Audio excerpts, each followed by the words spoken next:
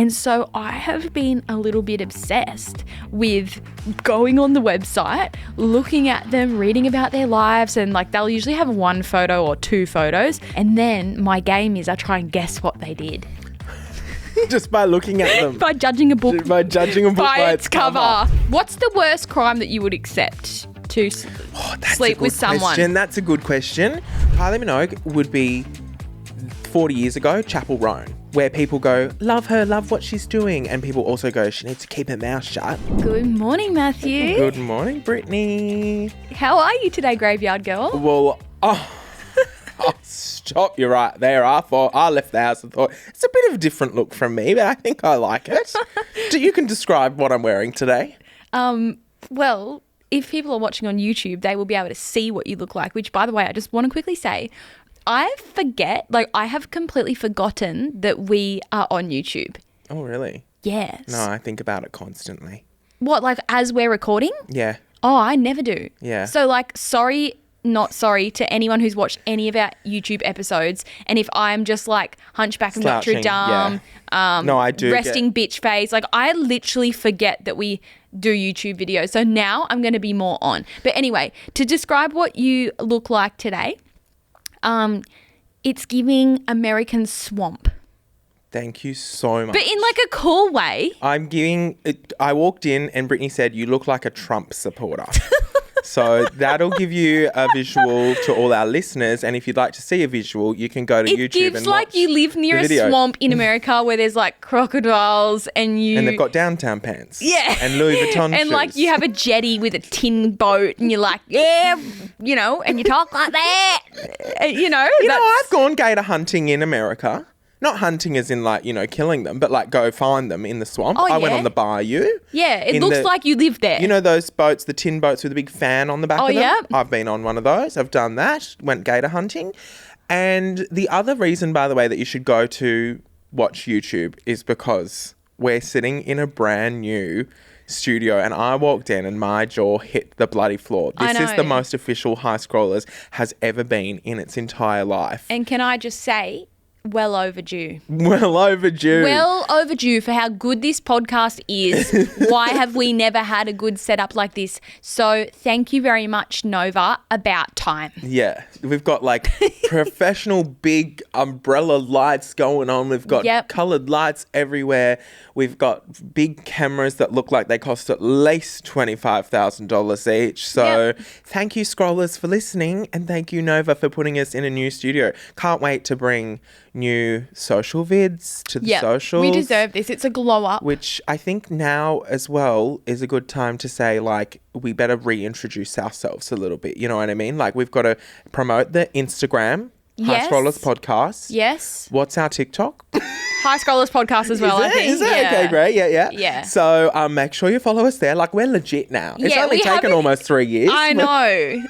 So tell us just a quick little about who you are. Oh, no, I can't be bothered. But okay. I just meant reintroduce the pod. You know what I mean? Like, as in, like, just be like, I don't know. I just feel like this is a new era. It is. It's a new era of High Scrollers. It is. And I'm really excited about it. We also this week have a exclusive... Oh, sorry. Google Girl's here as well. Sorry, voice of God. Sitting over in the corner. We also have a exclusive YouTube channel now that's separate to Nova. So we have our own page. Yeah. Big news. And I think we might be, can I say, doing little extra things on YouTube. Yeah, so every week there will be a YouTube exclusive that you can only get on YouTube. I'm pissing that I'm just finding this out now. I'm like... I'm only just finding this out today as well. Yeah. Well, I thought to celebrate our new era, I would bring a little present for you. Okay. To celebrate the era, but to remember the old era as well. I'm glad to say bye to the old era, to be honest. It's been Darrow, it's been shit. Because we were just filming in what would you call that room in the warehouse? Reception area. Reception area, which you weren't using as a reception area. And I must say, I can't take the credit for this present at all. Because, as you know, I'm currently on the Bring Back Glamour tour around the country, and I just have gotten back from performing in Albury, Canberra and Wollongong. Albury was my first regional show. Which one was the best out of the three of them? Albury. Okay. Where is Albury? Albury Wodonga, like on the border of Victoria and New South Wales. I literally got there and Did you fly there? No, I drove. So I drove like however many hours. Like, I mean, I think it's like 5 or 6 hours, but you know, with the rest stops and things like that, it literally took like 8 hours, and it was such a long day because I thought I'd get my brows and my hair done in the morning. Should have slept in. Should have done that the day before. Did you perform that night? No. Oh, that's good. Got in. And in fact, that night that I got in, I had 2 friends who lived in Brisbane, and the Kylie Minogue Tension Tour concert video came off. We'll get to Kylie a bit later. I watched the other thing too, Gorgeous. as per your request. Good, so we can talk about that today. But I knew that 2 of my friends lived in Wodonga. Anyway, they were like, come over, watch the Kylie thing, we'll have a wine. And I was like, I'll let you know. And then I got there and I said, Giles, that drive was diabolical. I need a wine. And so I went to their house, and they lived in Wodonga and I was in Albury. And as I'm driving there, I look over to on the side of the road, it says, welcome to Victoria. I didn't realise it was right on the border of Victoria. So I literally crossed the border to have one wine and watch the Kylie Minogue Tension Tour documentary. So that's my commitment to both Kylie and a glass of, well, I was going to say Savvy B, but they only had Pinot Grigio, which was quite nice actually in the end. But then I had nightmares. So I think I've discovered Pinot Grigio gives me nightmares. Okay. I had these nightmares that my corset ripped just before I was to go on stage. And Albury was a disaster, but Albury was fabulous, and so was Canberra, and so was Wollongong, but Albury was really the standout show. It really shocked me like how on board with the show they were. It was just so much fun. I didn't want to get off stage, but one of our scrollers came to the show. Yeah. And she gave me this present for you and me. Oh. So I've opened, I have already opened my one, but she also had this fabulous little card inside and wrote some really, really nice things. She also said she'd go lesbian for you. So, you know, if the opportunity ever arises, Kayleen in Albury. Thank you, Kayleen. If I get sick of AJ, I will hit you up. Yes, and she gave us a present each. I've already opened my one, but she said that you could use this maybe next time you're in a hotel and you maybe have a bit of an issue with the plumbing. And so piss off. She's made you something fabulous. Okay, for those of you listening, I can tell it's a mug and it's wrapped in beautiful star wrapping paper. Mm-hmm. The little, what are these things called? I don't know. What are those things called that go on a present? You know, the little stars of ribbons? Like, what are they? A ribbon star. Ribbon star, sure. Okay, I'm pissing. What is this? Can you please describe what the mug says? Oh... It is. Wait, it's a chicken. It's a chicken latte. It's a chicken latte. I'm fucking pissing. It's a chicken drinking a latte. Show the camera.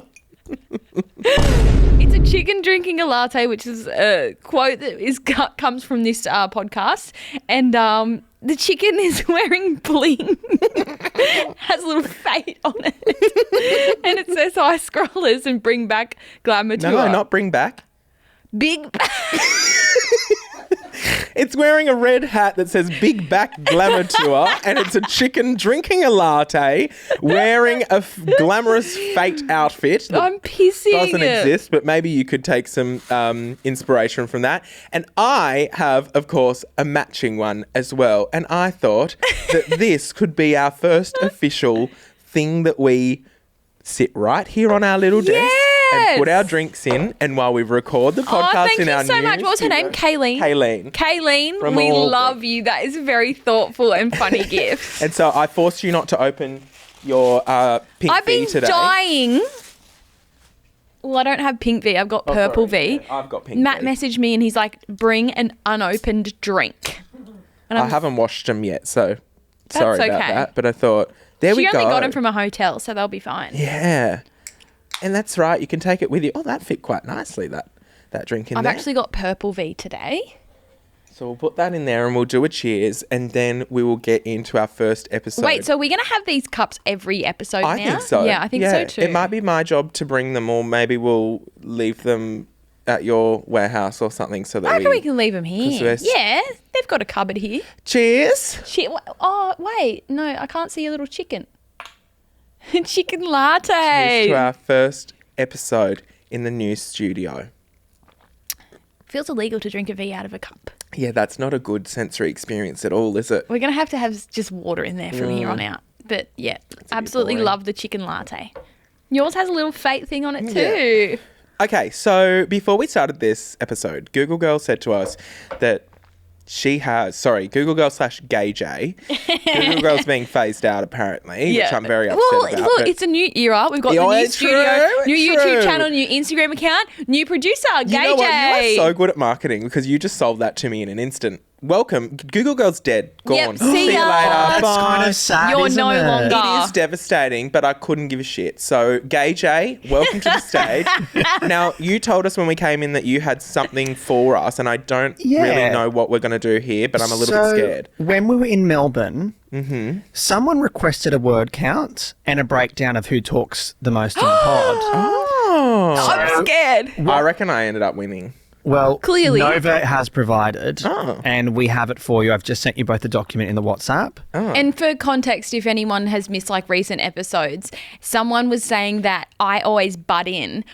And then in my defense, I was saying that's because if I don't butt in, I can't get a word in. And then Matt will talk the whole episode. No offense.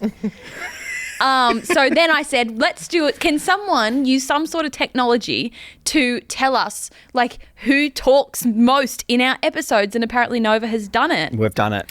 So was this of the episode where I said you've said more? Yes, this is off the quick whip. Was it up until when I said that? It's the whole episode. Yeah, see, the variables are already out the window for this because up until when I said that, it was definitely that way, but then I was making up for lost time. So I'm reading the report now. So Matt, 59%, Brittany, 37%. I said 2,061 words and Brittany said 1,293 words. Yeah. Xander said 95 words. So this, my friends, is why I try to inject myself into the conversation because it should be 50-50. So I don't really understand why we did this, but... So this is to the girl that commented, Brittany, stop butting in. Oh, okay. No, I will continue to. Well, to be fair, sometimes I have to talk because she's on her phone. So True. I have to just keep the conversation going. And also I do feel like, in my defense, I bring the things. Like I've come up with bringing the mug. So I had to explain the whole mug situation. Well, I mean, and this is why we can thank Kayleen Yeah, for this the is mug. why I then inject Kayleen myself didn't in. say to put it on the podcast. I'll just shut up. Brittany, lead the whole thing then. New era. Britt's podcast featuring Matt 12% of the time. That's actually great, Xander. How did they do that? Yeah, who had the time, first of all, in their job to do that? I mean, Ricardo. I said checks no, out. remember? I said I'm not doing it. Oh, that's so... He's even done longest speaking turn. You said 333 words in a row. Really? Am I being pranked? Because that's a lot of words. But what was I explaining? Yeah, every episode's different. That's the thing. If we did every single episode, surely it's more 50-50. It depends. But it's interesting because here it says speaking turns. So the amount of times, like turns that we have, you had 84 and I had 81. But you can just see that yours are just longer. Which I already knew because Brittany is, and I've told you this from the start. Yeah. Brittany is a straight to the punchline person. I am a let's take the audience on a journey. We got to sit here and speak for 45 minutes. If it was me talking the way Brittany does, these episodes would be 10 minutes long because Brittany will go start of the story and punchline. Because you're used to, though, being on social media, and look at me now, I'm explaining. And this is why I talk more. But you're used to getting to the point of the video or getting to the point of what you need to say really quick. I also think I just am a straight to the point person. Right. Like I don't have time to waste. Exactly. But on a podcast, we've got to fill 45 minutes. Yeah, true. So we've got to fluff it out. And that's like when you'll notice that when we talk, I'll start describing something and Brittany will go, but what about this? And I go, let me get there. That happens a lot because you're like, let's get to the point. And I'm like, no, let's give all the context because otherwise this podcast is going to be 5 minutes long. Well, we do a good job of stretching it out. I think everyone's happy. If I talk too much, scrollers, let us know. No, people are saying that I butt in too much. Oh, but you're just trying to prove, and Ricardo and Gay J have proved to that girl that it's actually me that talks too much. Okay, I'm with you now. Yeah. Anyway, let's get on to our royal flush. Already? Please be upstanding for the royal flush. I'm going to let you go first with your royal flush this week because I'm unfortunately talking about Kylie. So I don't want Ricardo doing an analysis of this episode because there's a lot to say. In Ricardo's defense, I asked that. Yeah, when we were doing the recording, I was like, is there a technology that can tell us this information? Okay. My royal flush, did you want to go or are you going to... Yeah. Go whenever. Yeah, it doesn't matter whatsoever. Oh, thanks. Okay. My royal flush, I don't know if I should be embarrassed to admit what it is. I'm just trying to think of the best way to like stretch this out to be like 300 words. Yeah, can you please? Because I'm about to talk for 20 minutes. Okay. My royal flush is something that I have been doing and I saw it on TikTok. I saw this girl who was going on the website. Do you know writerprisoner.com? Like, I can assume what it is, but no, I've never heard of it or looked at it. Okay, so writerprisoner.com, it's like I think it's an American website where you can go and basically see all the inmates that have a profile on there. It kind of is like a dating website, but not really. And then you can read all about them and then you can write to them. And, you know, you've heard so many stories about, you know, people that like write to prisoners and then they get in a relationship with them, all that kind of stuff. Well, I saw this girl on TikTok whose name I cannot remember now, but she would go on their profiles, like she would read about them and then investigate further into what it was that they did. Like that was her series that she had on her TikTok page. And so out of curiosity, I went on writerprisoner.com. Don't worry, I haven't been writing to any prisoners. Can you imagine? Damn. Would Next you? time, do your research for the podcast. I would have loved for you to do a thesis on what Surely the whole I would get experience was like. cancelled for that. Why? I don't know. Because I did think that. I thought, should I? downloaded Grindr to find our bloody producer. Oh, dead. But out of curiosity, I was like, oh, I'm going to go on this website. So I went on there and you can just get straight on there. Like you didn't have to log in or anything, which I was surprised by. And it kind of is just like if it was like an old-fashioned dating website.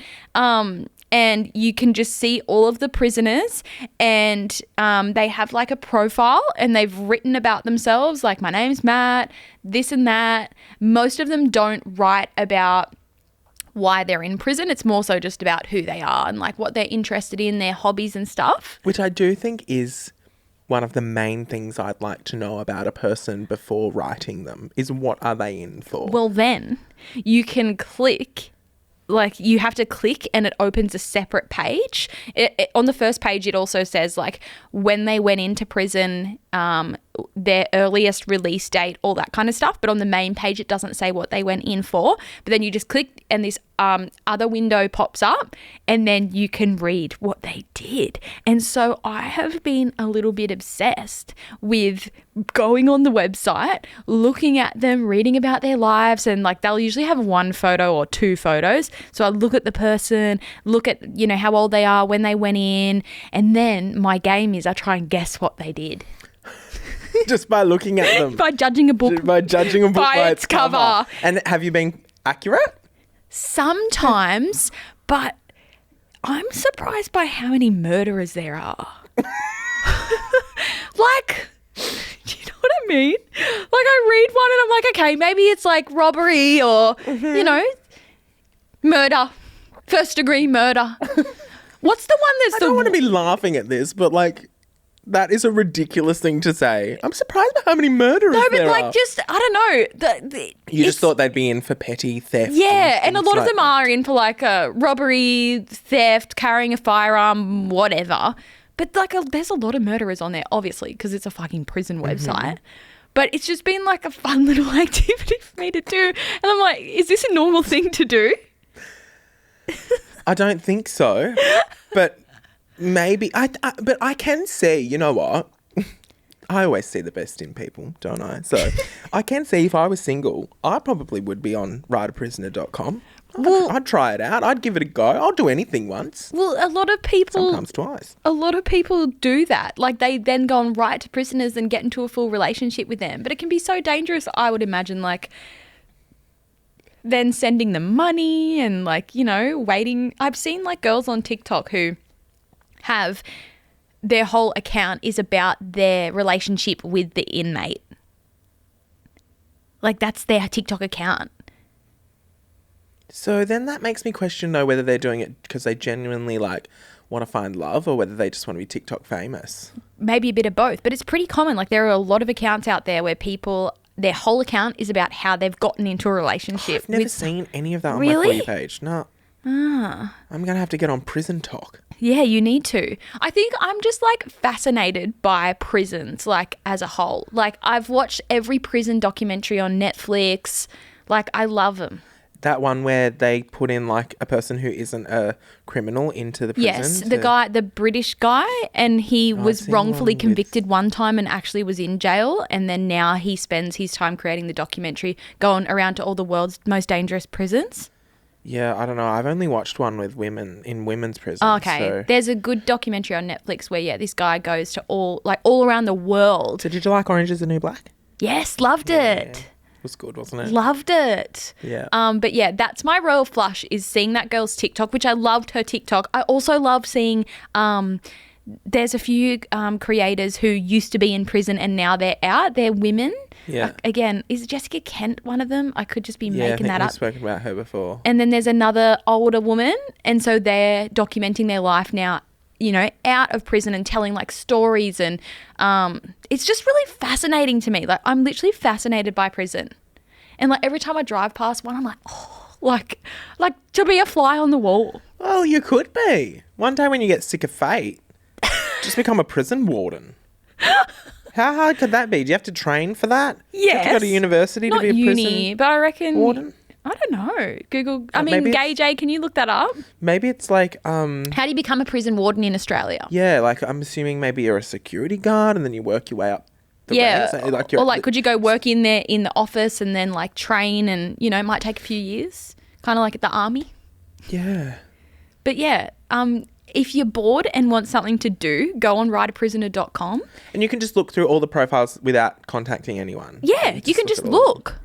Wow. I don't know what it would be like to actually contact them. I know what I'm doing in my downtime on tour. Yeah, give it a go. Any of them hot? Did you look at any and go, yeah? Yeah, there's some that are good looking. Do you reckon you could fuck someone who'd murdered someone? No. Have you watched? You probably haven't watched that new documentary on Netflix that everyone's watched about the girl that got with a murderer. Should I Marry a Murderer? Yeah. No, I haven't watched it, but I've seen stuff online I watched about that. it. It was pretty good. Yeah, okay. Yeah. So, yeah, if you were I couldn't. Someone that's murdered someone, no. But who's to say that you already haven't and you don't know it? No, but what I'm getting to is like, so that means that for you, personality or things that they've done definitely affect how attracted you are to someone, right? Yes. Okay, great. Same. We're on the same page. Things that people have done for sure. When I hear about the things that AJ did when he was young, I'm like, ooh, there's no way I would have found him attractive back then. Really? Yeah. Like when he went around Europe with one towel. Okay, well, let's get on to my royal flush. I mean, no surprise from literally anyone here that we're going to be talking about the Kylie Netflix series that dropped on Netflix not that long ago. Can't remember how long ago it's been now, but doesn't matter. The point is, a week and a half. It's been out for a week and a half. And I obviously watched it as soon as it came out. No, it came out Wednesday. It was the day after we released the episodes. That's why you're hearing about it a week late. But I obviously very excited because huge Kylie Minogue fan. This documentary has been like a rumor for 7 years or so, right? And as I've spoken about before, Kylie's very inaccessible. Like she doesn't to get a Kylie Minogue documentary, huge thing as a fan because she doesn't do any of that. You know, think of other people like your Lady Gagas and things like that. Like they're happily everywhere. they happily do a documentary. But Kylie doesn't do much with the media. If she ever does an interview, it's very structured. It's very much like her only saying what she wants Media to say, train and the vibes. questions, the questions would have to be approved. She wouldn't just do an interview with literally anyone. She would never say yes to something like a High Scrollers. Like it has to be your Sunrise or your Today Show or Graham Norton, like that kind of level of interview. And she's just inaccessible in the fact she never shows up anywhere. Like, you never see her on a red carpet unless she's like nominated for a Grammy and she's at the Grammys. But you never see her doing anything. You only hear from her when she wants you to hear from her, right? And I feel like that's an old celebrity thing. That's not something these days. No, that now we see. like look at Zara Larsson and the way that she's on TikTok every fucking day, like posting multiple TikToks a day. And just shit posting too. Yeah, just posting whatever the fuck, which I think is so much more refreshing. But also, I think I'm kind of glad that we grew up in that era where celebrities were inaccessible to us, because thinking back to when I was like in primary school, I was obsessed with Britney Spears. And like the only bit of Britney Spears that I could get was if I watched TV on a Saturday morning and put on video hits, I'd put it on to watch her music video once of like Hit Me Baby One More Time. And then I would buy any magazine that I could get, that, you know, the magazines that like you'd fold it out and it was like a 2-page poster and you'd pull it out. Yes, it was in the middle and you had to lift the staples up so you didn't rip the poster. So then like my room was covered in Britney Spears and NSYNC and all those posters. And like that was it. Like that was how involved we were with celebrities. Therefore, I think they felt more famous and out of touch or like out of reach. Whereas now, I think the lines have become more blurred because of how accessible celebrities are. But I don't necessarily think it's a bad thing. But I'm just glad that we grew up then. Yeah. Whereas now you can... We spoke about it before. Like you can just go and watch what Kylie Jenner's up to in the morning. Literally live streaming. Yeah. You know, live Instagram video or TikTok live stream. Well, Matt, I watched the documentary as well. And I know you're going to have a lot to say about it. But can I tell you just quickly what I took away from it? Yeah. So I obviously haven't grown up listening to Kylie or anything in the way that you have, like obviously know all of her songs. I actually think I grew up with my mum being like, oh, she's a fucking... Like, you know how there's always that white mum that hates Kylie Jenner for no... Kylie Jenner. Sorry, Kylie Minogue for no reason. Yeah. Like, she's got no talent. Yeah. I think that's a household I grew up in. Yeah. So I don't like know much about Kylie other than her songs. So the two biggest takeaways that I took from watching the 3 episodes was, firstly, she's very down to earth and funny.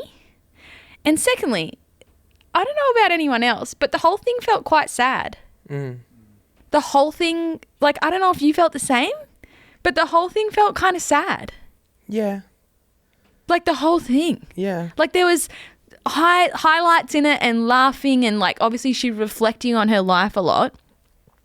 And like all the highs, and like it was so cool to see like the amazing life that she's had, and like what a whirlwind. And for anyone that hasn't seen it, like spoiler alert, but they kind of go right back to when she was young and on Neighbours and all that. And it was so cool to like see the life that she's lived, and like when she was flying all around the world, one day here, one day there, back to film Neighbours and then back, but you know. But I ended the whole thing and I felt kind of like bad. Like I felt kind of sad. Like I feel like she's a bit sad. I feel like she's a bit sad too. Like but I've known that. Yeah. See, You know? I didn't know that. So as like this is my first time watching her and getting to know her, like I don't know. I just feel like she's a bit sad and a bit lonely. Well, I was very skeptical about the whole thing because, as I said, she never does anything. So I was like, okay, if a Kylie documentary is coming out, like how much can we learn? And that I will be going through spoilers because I would assume, scrollers, you've had time to watch it. And if you haven't watched it, go watch it. It's very easy to watch. But also, there's been so many articles about the things I'm going to talk about. It's probably been spoiled for you anyway if you've been paying attention. But the idea of a Netflix documentary kind of felt like surprising to me. I didn't expect that. And also, as I said, it was a rumor for years. And how much do you reckon she got paid? I don't know. Millions? I don't know how these things work. Neither. I don't know if it's like a, hey, Kylie, I want to try and get this off the ground. And she goes, okay, let's do it and see then if Netflix will buy it. Okay. Do you know what I mean? Like, yeah. I would have no idea how it works. The whole thing felt like quite, I don't want to say low budget, but it wasn't like a crazy production. Like, but I think that's what they were aiming for. Like, it felt just down to, like, I got down to earth vibes from the whole thing. Yeah. And so if you haven't watched it, there's, as Britt said, 3 episodes. The first one kind of looks at her rise to fame and looks at Neighbours. But it starts with I Should Be So Lucky, which I felt was strange because she already had a music career before that. Like, she'd released songs before that. Locomotion was the first one. That mustn't have hit in the UK. And they started at I Should Be So Lucky because they actually re-released the Locomotion like a few years later in the UK. So it was only a hit in Australia.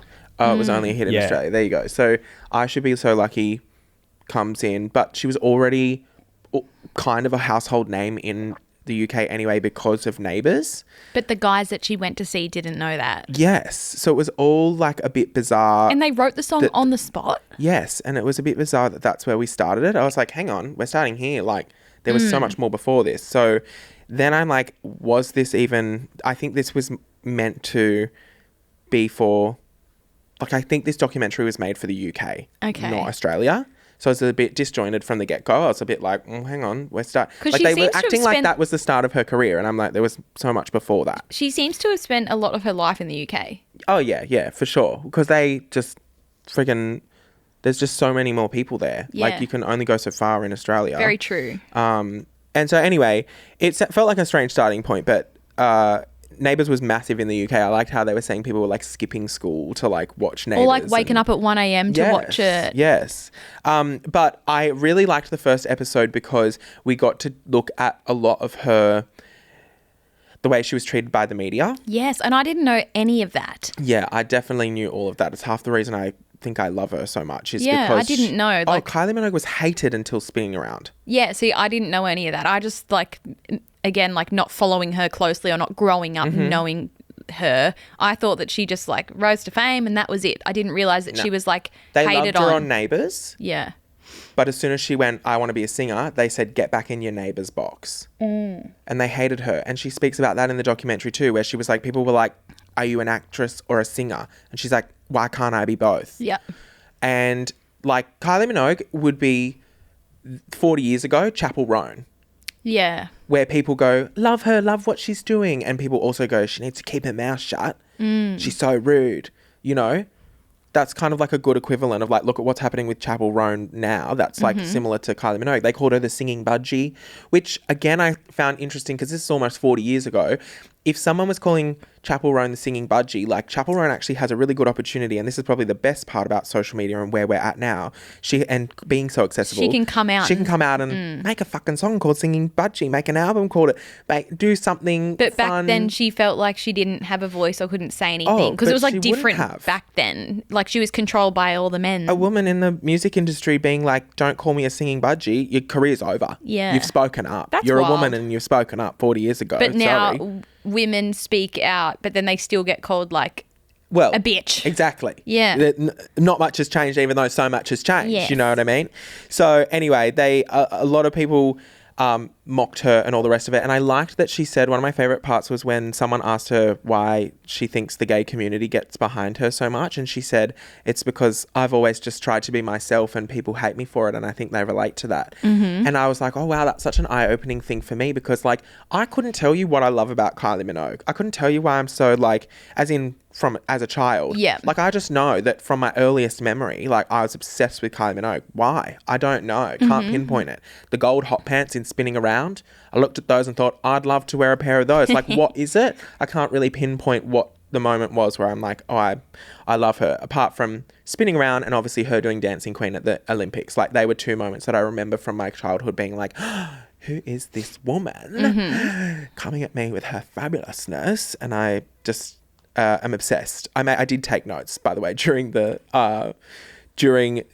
one thing that I saw was she notoriously also was compared to Madonna in her early years. Everyone was saying, oh, she's trying to be Madonna, she's trying to be Madonna. And I hate comparisons as well. Like, I hate being compared to anyone else. Do you get that very often? Because I don't know. I don't feel like you would get that very often. But did you ever get that back in YouTube? Did anyone go, oh, you remind me so much of Shen XO. I thought this was Shen XO. Or I thought you were Lauren Curtis. I definitely got the Shen XO comments back in the day. But I think it was different for me because back in those YouTubey days, I was always like, one video was a makeup tutorial, the next one was a vlog, the next one was a haul, and the comments I would get would be like, stop making your videos so random. Yeah, okay. So I think I was always trying to just be myself when everyone was trying to be similar to one another. Yeah. So I never really got like, you're trying to be X. Yeah, right. I would get stop swearing in videos. Okay. Yeah. I just hate a comparison. I've always been like, I'm trying to be my own person. And as soon as you go, oh, this reminds me of James Corden or Cam from Modern Family.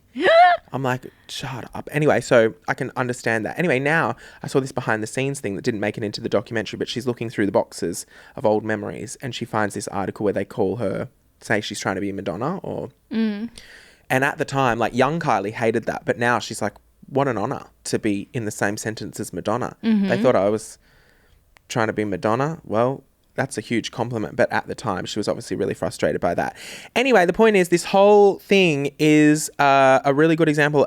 This whole episode, this first episode is a good example as to why she doesn't talk to the media. Because look at how they treated her. Exactly. All that time ago. And we'll get to a bit more of the media in episode 3, but episode 2 kind of lost interest in that because it was about Michael Hutchins. And is that random tall guy? No, that was Nick Cave. Sorry, I don't know anyone's name. No, the first one was Jason Donovan, who was in Neighbours. Yes, and then the next one was the musician. Michael Hutchins. Well, he's passed away. He was the lead singer of In Excess. Yes, though. yes. And I think that episode probably would have hit for... my parents. Yep. They would have been a lot more connected to that, but that's obviously before my time, so I didn't know or I guess care for learning about Michael Hutchins. And I also thought that the documentary steered so far from Kylie at one point that we were just talking about men all of a sudden. And I was like, can we get back to Kylie? Yeah. 'Cause, like, I felt that totally too, in between gone. him and then, is it Nick Cave? Yeah. Who the hell is that? No offense. Who is that? So he's yeah.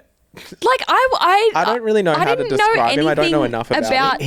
He was very much like in the 80s and the 90s, like really like an underground artist that like had just a very devout fans. See, again, like growing up not following Kylie or anything like that, like I've never seen that guy in my life. And his biggest hit is with Kylie, and a lot of his success now is because of that song and that because she was on it. But like when I saw him, I'm like, who is that? And then... But didn't it look so familiar? Kind of. Because in a way I looked at him and I was like, has he been in a movie or played someone? Because I've never put a face to the name of Nick Cave. And the only thing I know about him is the song Where the Wild Roses Grow. See, but then like when the episode went into that whole thing about them collabing, I'm like, why did she do that? But I thought it was really important that they showed Michael and him because even though I know they were two men, but they really steered her to take control and really stay true to herself as an individual. And I think that was like a huge part of getting to spinning around. I just didn't realise she'd done all of that stuff and gone like alternative and...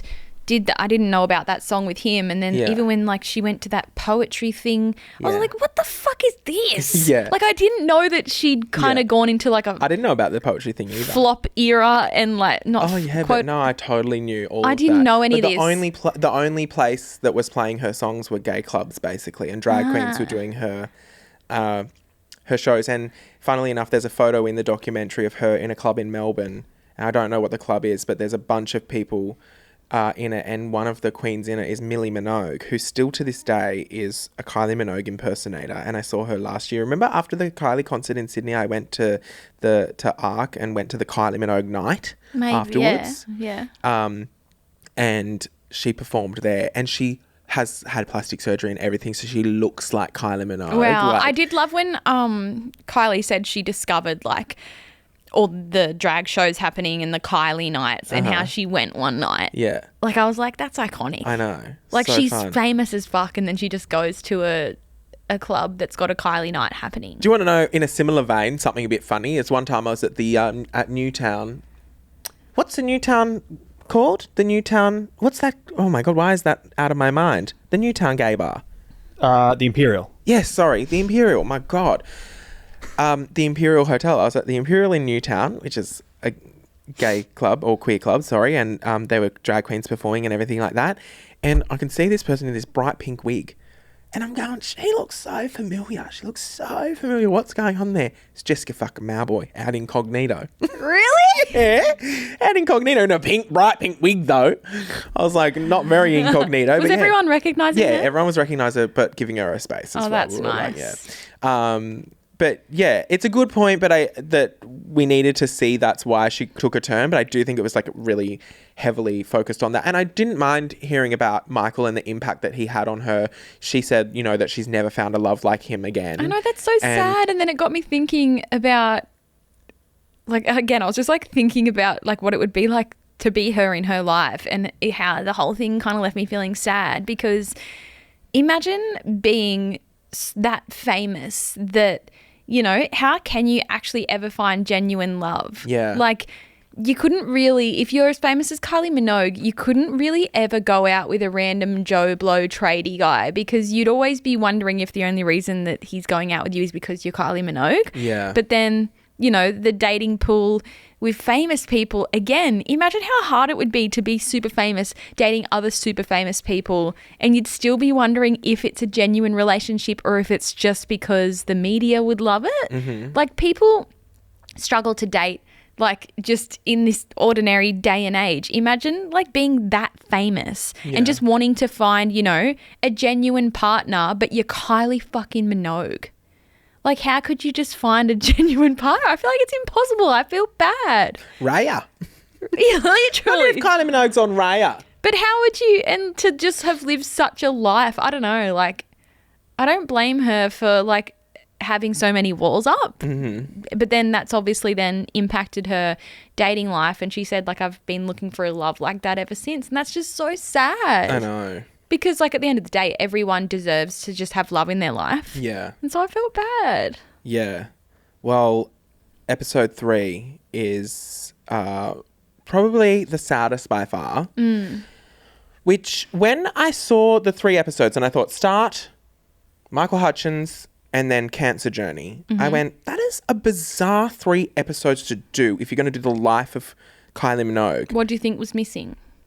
Well, her cancer journey was so many years ago, like 20 years ago or whatever. So it's like, what's happened since then? But we all tie it around in the end. And what you were saying was you had learned so much. And I think the documentary was made for you.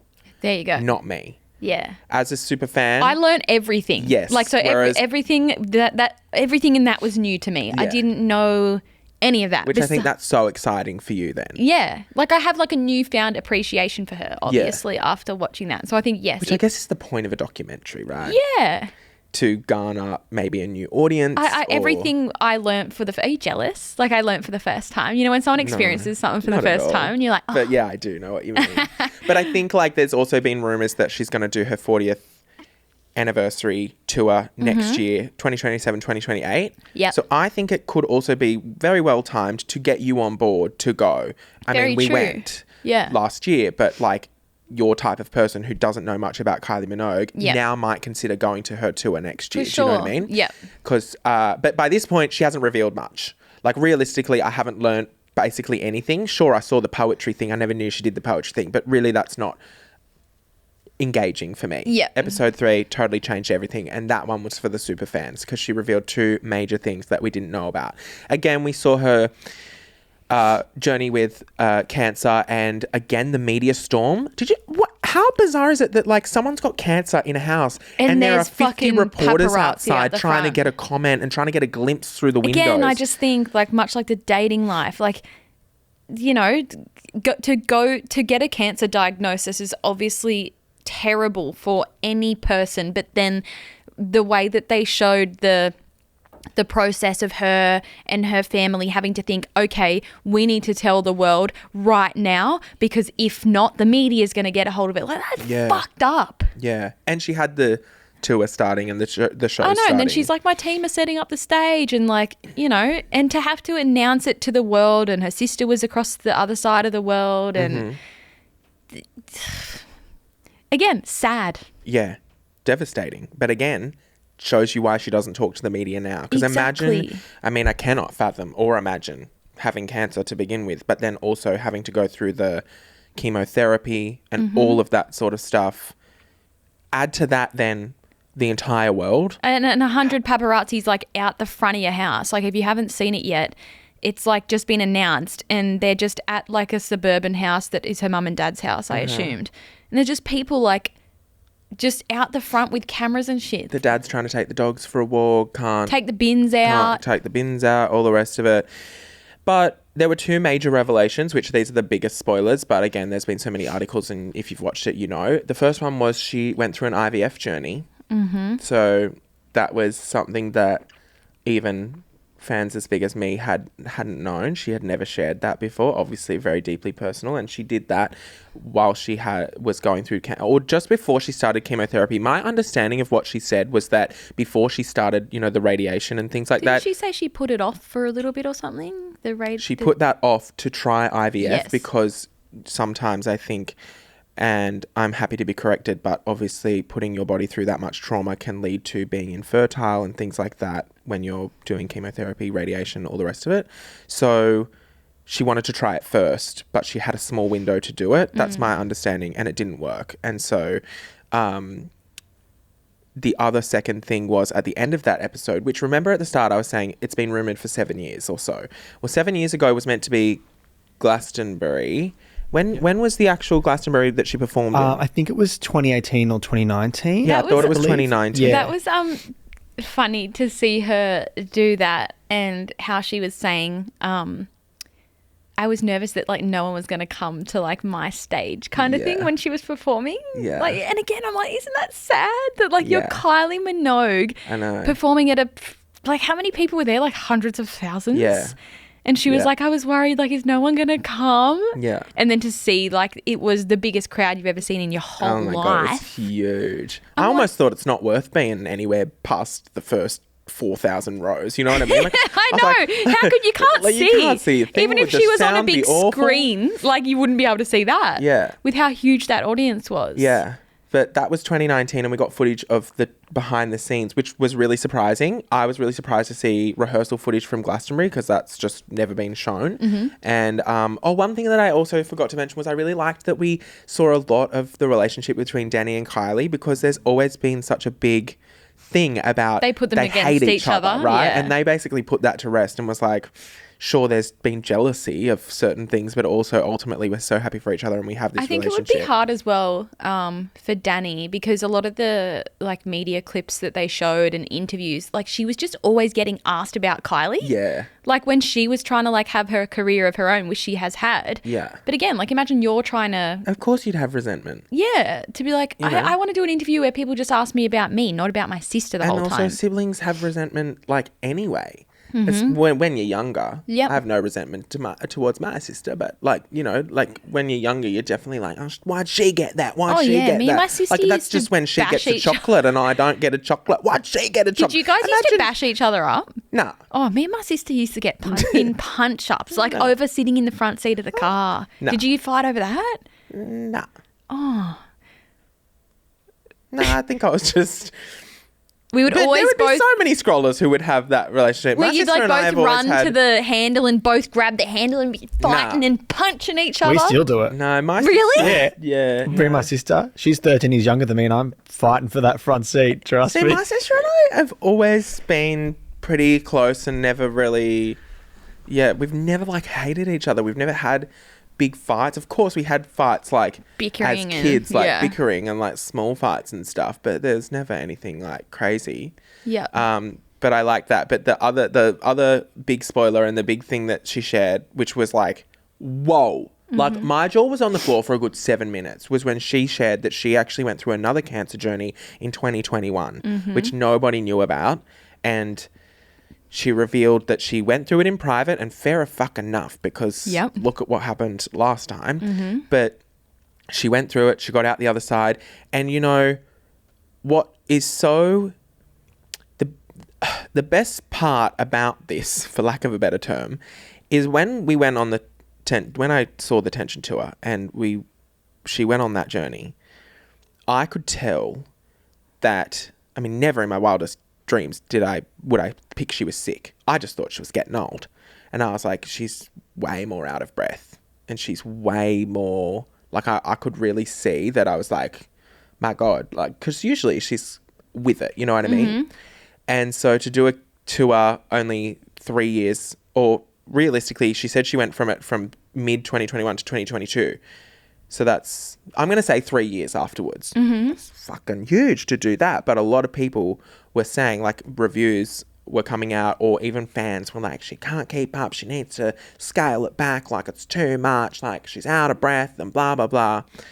And I love her enough to be like, you're giving it a fucking crack, love. I don't care if you're out of breath. Take your time. Sit down. Have an intermission if you'd like to. Which, that was another thing. Did you notice in her concert, which I'd totally forgotten about, she had an intermission. Did she? Remember there's a clip, she comes backstage and she's like, they're a really good crowd. I can't wait for the second half. And I went, oh my God, concerts used to have intermissions. Yeah. Where for half an hour you'd go and get a drink at the bar and have food and you'd come back. You know what? Bring back intermissions at concerts. Intermissions. I need a break. Yeah. Because if not, you have to time when you're going to go to the toilet, go get another drink. Yes. Bring back intermissions at concerts. Yes. Please. So, yeah, I forgot all about that was a thing. Anyway, the point is, I think it's just, again, one of those things that you never really know what someone's going through, and that you got to be really careful about your opinion, because God forbid I got online and shared and said, Kylie's totally out of breath, like so many people did. Like so many people said that. So many people kind of made comments about that at the time. And you never know. thought it, like, obviously, but it's not an issue to me. I'm like, I don't care if she's out of breath, as I said. I'm saying Kylie Minogue, I'm stoked. She could sit there and do nothing in a tracksuit, and I would be like, I love you. So I was over the moon, but a lot of people were like, oh, she can't keep up anymore. And now I go, I wonder if they feel fucking bad. And I hope they feel bad. I wonder if anyone went and deleted anything that they'd posted somewhere. Maybe. Who knows? But it's just one of those things that you got to be careful what you say. You got to be careful when you're horrible to people, because you never know. Exactly. And to put on a tour of that scale only a few years after going through that journey for a second time in your life. Yeah. And again going through it during a pandemic, because 2021 we were still in lockdowns and things. Yep. Which would have made it easier for her. That was in the thick of it, I swear. Yeah. Like, COVID came out end of 2019. 2020 was the year. So but it was still going on in 2021. Would have been very vulnerable, very susceptible to, you know, if you've got cancer and going through chemotherapy, you don't want COVID, that could kill you, you know? So, very scary time to put on to do what she's done after that, to bring out Padam Padam. And did you see the video, her filming the video clip, and like she was exhausted, because that would have been filmed, you know, only a year and a half or 2 years after. Oh, I can't imagine. But anyway, I love her, and they're all my thoughts, because I know that everyone, a lot of people were asking thoughts and feelings, and I just want to say I don't want Ricardo to do a fucking summary of this episode, because it was a Kylie episode, and I know I'll be at 85%. Hey, I still talked a little bit. Anyway, Matt, that's another episode done and dusted. Yes, thank you so much, Scrollers, for joining us. If you've been watching this one on YouTube, I hope you enjoyed the glow up. We've brought back glamour to the High Scrollers now I'm studio. Proud of our setup, so I'm going to promote the YouTube channel a bit more. I haven't really spoken about it. It's about time. Yeah. I don't think I've spoken about it either, but I can't be bothered, because I don't. Well, I think in the Scrollers chat, we just need to start dropping the episode in there every week. Yeah, to be like, it's on YouTube, here you go. All right.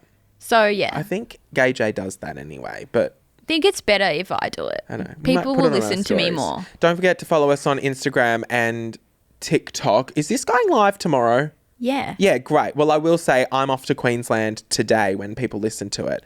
We still have tickets for tomorrow night. I think there's only 15 tickets left to Sunshine Coast. Can everyone fucking go and buy them, please? And then Gold Coast and Brisbane, 3 nights in Brisbane, sold out. Then I'm going to Mackay. Last time I checked, there were 2 tickets left to Mackay. If we sell out Mackay, 20 sold out shows around the country. So good. So 2 fucking people in Mackay. Even if 2 people in Mackay just buy the tickets to make me feel good. Yeah. Do you want me to just buy the rest? I'll go buy all the rest of the tickets and then give them away just so you can say it is sold out. And then... Wait, I should have done that and not told you, and you would have been like, oh my God, I sold every last ticket. But it's just me. I would have loved. And then also Cairns, Townsville and Rockhampton. I'll see you next week. So I'm away for 2 weeks in Queensland and I have 1 day off. We've got 9 shows in 10 days and I have 1 day off, and I'm like, I would love to go to Movie World and ride the Scooby-Doo ride, but I don't know whether I'm going to have it in me. But stay tuned. If you see me at Movie World, I think I'm going to have to be on vocal rest and I'm not going to be able to scream on the ride. Isn't the Scooby-Doo ride closed at the moment? Yeah, it's open. Oh, they've reopened it? Yeah, they reopened it. I love that you've been just doing all these shows and I'm still yet to see it. Like, even Gay J has seen it. Yeah. I'm still yet to see it. And you know what? I think you'll have to come again because the show's actually changed a lot since you saw it. Because you saw it on the second night, didn't you?